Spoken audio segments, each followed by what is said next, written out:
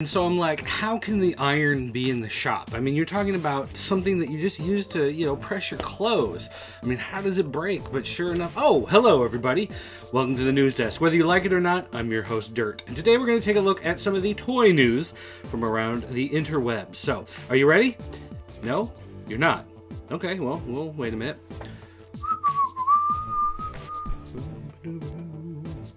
It's Friday. You ready now? Okay, good. Let's get into it. Takara Tomy has updated some of their releases for the Tokyo Toy Show taking place this June 16th through the 19th. Now, one of the big things that they're talking about this year is the Dark Side Optimus Prime and Dark Side Megatron. These are for the new movie coming out, which in Japan is just going to be Dark Side Transformers or Transformers Dark Side, whereas for us, it's Dark Side of the Moon, or Dark of the Moon, whatever. Anyway, stupid name, but this is a pretty cool looking release of figures. These will be available at the show, both for 5,000 yen. And eHobby and Big Bad Toy Store will be carrying these after the show in whatever doesn't sell out at the show for $84.99 a piece. So if you can't make it to Japan, you can still get your hands on these cool looking figures. Also, Japanese retailer Lawson is offering this Dark Side Optimus Prime to any customers who pre-order a ticket to the 3D showing of Transformers in Japan. If you're willing to shell out the money for the 3D ticket in advance, you can also pay extra to buy this figure. It's 6,760 yen, which comes out to about $84 American. Now, this is a repaint of the Transformers Hunt for the Decepticons Voyager class Optimus Prime. So if you have that figure, you'll see that this is just a dark version of that one, but some people like it a whole lot. Finally, there's also this Transformers Dark Side Jetwing Optimus Prime. This will be available at the Tokyo Toy Show, part of a pre-release sale. This one goes for about 15,540 yen, which comes out to about $190 US. It's cool looking, but it's a little pricey.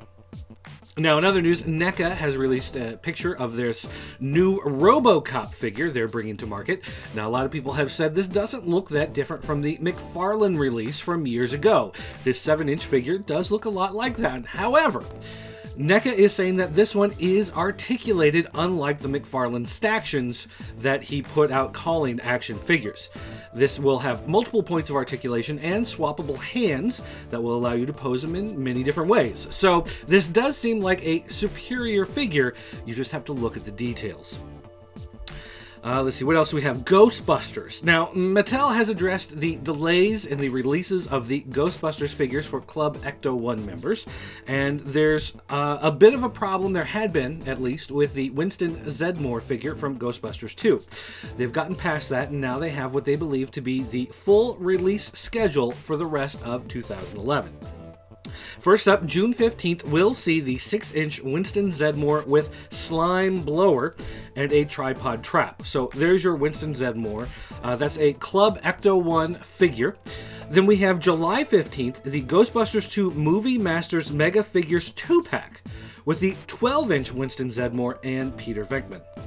July 20th at San Diego Comic-Con, Ghostbusters 22-inch Stay Puft action figure. We've talked about that one here on the show. August 15th is your Ghostbusters 6-inch Ready to Believe You Egon Spengler. And he also comes with the Library Ghost, and that is also a Club Ecto 1 figure. October 17th, Ghostbusters 6-inch Ray Stantz with Cinema Ghost, which is a Club Ecto 1 figure. But also, Ghostbusters 2 Movie Masters Mega Pack Figures 2-pack with your 12-inch Ray Stantz and Egon. So there's something else coming out also that day that they haven't announced yet, but they say it's something cool for Ghostbusters fans. You're going to want it. They've also said that at San Diego, they will reveal the December figure, which they're not ready to discuss yet, along with the first figure for 2012. So you're just going to have to stay tuned for San Diego Comic-Con coverage to get the rest of the schedule. But they are saying that The delay with Winston was to make it a better figure, to make it a more appropriate figure.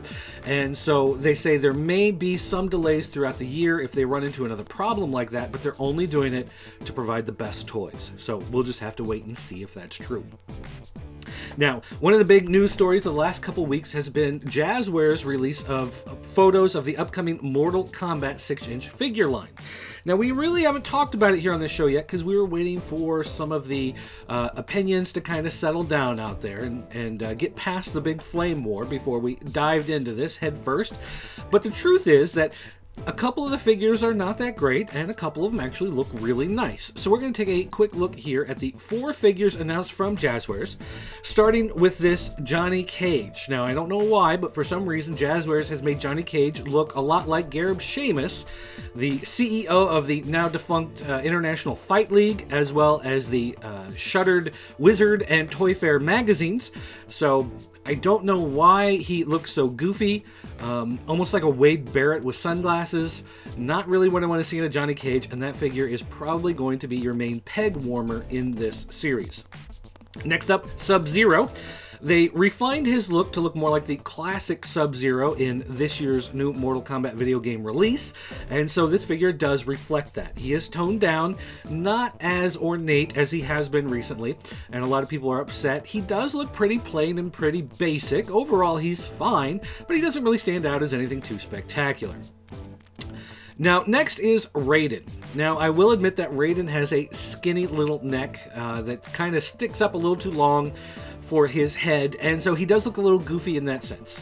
But for the most part, I think he actually looks pretty nice. If anything, I might argue his legs needed a little more attention to detail, but overall, I like this figure. But finally, the Scorpion figure. This figure pwns noobs, alright? And I can say that because I know I'm not cool enough to pull off saying a line like pwns noobs, but look at the Scorpion. Yeah, it's obvious. He does. Finally, we got a voicemail on our voicemail line from a viewer who wanted to ask this question. I'm just calling to say to dirt, I know you're a huge fan of Tron, and I wanted to ask you if you knew about this MCP toy. It's kind of it's from a series of Tron figures that are like Legos, and they came out with this MCP, and it fit almost right in with any other Tron toy almost. It's got the exact look of it. Well, yes, I have heard of that set. That is actually the Kubrick Tron Set D, which comes with the Master Control program. And Kubrick did a lot of neat box sets for Tron in Japan, which I would love to own, but unfortunately I cannot.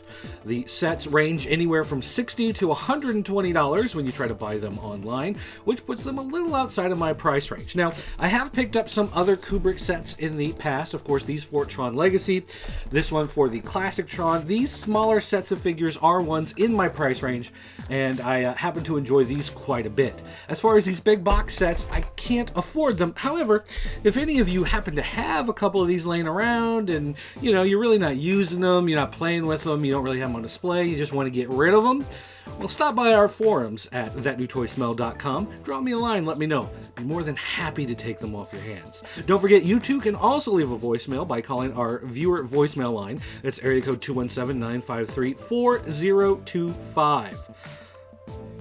Now, I'm being told that the video review following this news desk is actually about My Little Pony.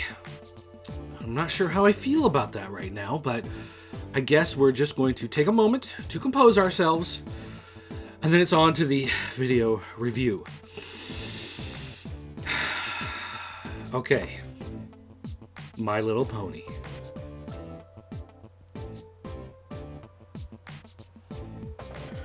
All right. Save just in case.